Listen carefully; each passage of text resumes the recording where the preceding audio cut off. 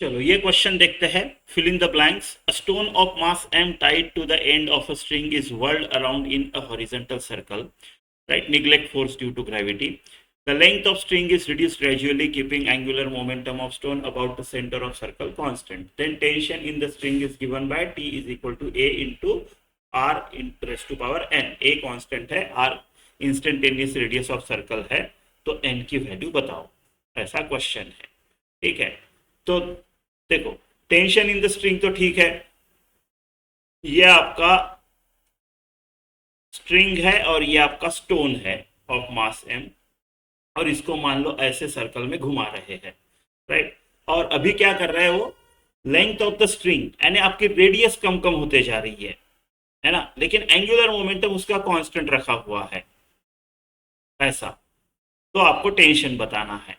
तो tension in the string, right. Tension in the string is इसका काम क्या है, it is providing centripetal force for this. तो टेंशन इन द स्ट्रिंग आपका एम आर ओमेगा स्क्वायर होगा, है ना, M V square by R, M R omega square, correct.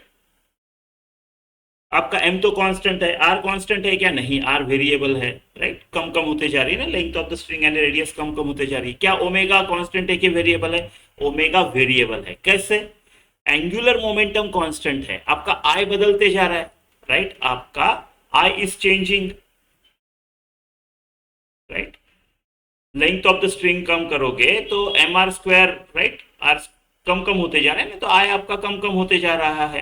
तो इस हिसाब से आपका आई ओमेगा अगर कांस्टेंट है, आई ओमेगा अगर आपको कांस्टेंट है, एंगुलर मोमेंटम सिर्फ रोटेशन है तो आई ओमेगा होता है, तो आई ओमेगा अगर कांस्टेंट है, आई चेंजिंग है, यानी आई एक्चुअली इंक्रीज रिड्यूसिंग है ना, तो आपका ओमेगा जो है इट विल कीप इंक्रीजिंग। तो आपका ओमेगा भी वेरिएबल है ना।